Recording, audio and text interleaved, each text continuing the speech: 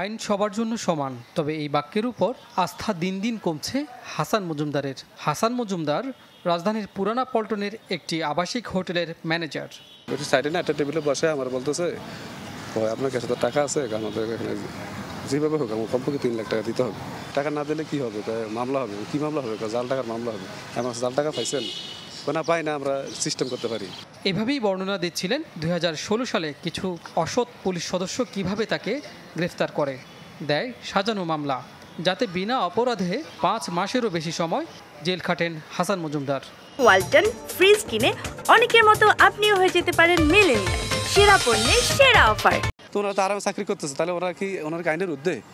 ওনার কারণে এখন আজ শাস্তি হলো না, মিথ্যা মামলা কেন দিল? এই ভুক্তভোগী বেকসুর খালাস পান গেল বছরের 24 জানুয়ারি। সে সময় ঢাকার নিম্ন আদালত নির্দেশ দেন সাজানো মামলার কারিগর ডিবি পুলিশের 9 সদস্যের বিরুদ্ধে ব্যবস্থা নেয়ার। সময় দেয়া হয় 3 মাস, কিন্তু আজও আলোর মুখ দেখেনি আদালতের সেই নির্দেশ। এ দপ্তর সে দপ্তর ঘুরছে চিঠি।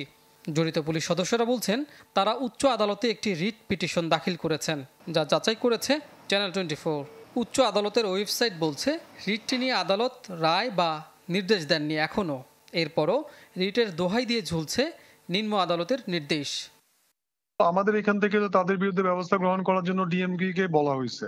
ডিএমপি জানাইছে যে তারা নাকি কোর্টে মিসকেস করছে যারা অভিযুক্তরা, সেটার কারণে তো ওইটা বন্ধ, ওইটা ওইভাবে লটকে আছে। সুপ্রিম কোর্টের এই আইনজীবী বলছেন হাসান মজুমদারের ঘটনায় বিভাগীয় ব্যবস্থা নেওয়ার ক্ষেত্রে এমন দীর্ঘসূত্রিতায় পুলিশে অপরাধ প্রবণতা বাড়বে। একটা জিনিসের বিচার যদি না হয় তাহলে অসংখ্য অপরাধের জন্য আরেকটা উৎসাহ দেওয়া হয়। আমি মনে করি আইজিপি মহোদয় অবশ্যই এই অনুযায়ী যত দ্রুত উনি ব্যবস্থা নেবেন এবং মানুষের সামনে প্রমাণ করবেন যে সে যেই হোক, পুলিশ হোক বা সে যেই হোক, সে আইনের ঊর্ধ্বে না। জড়িত পুলিশ সদস্যদের একজনের কাছে ঘটনার বিষয়ে জানতে চাইলে স্পষ্ট কিছু বলতে চাননি। আপিল করা হয়েছে, আপিল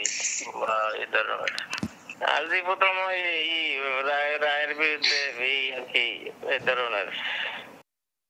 সিসি ক্যামেরার ফুটেজে দেখা যায় 2016 সালের 6 নভেম্বর সকাল 11টা 20 মিনিটে সাদা পোশাকে থাকা কয়েকজন হোটেল বন্ধুর ম্যানেজার হাসান মজুমদার ও বাবুর্চি সোহেলকে হাতকড়া পরিয়ে নিয়ে যাচ্ছে।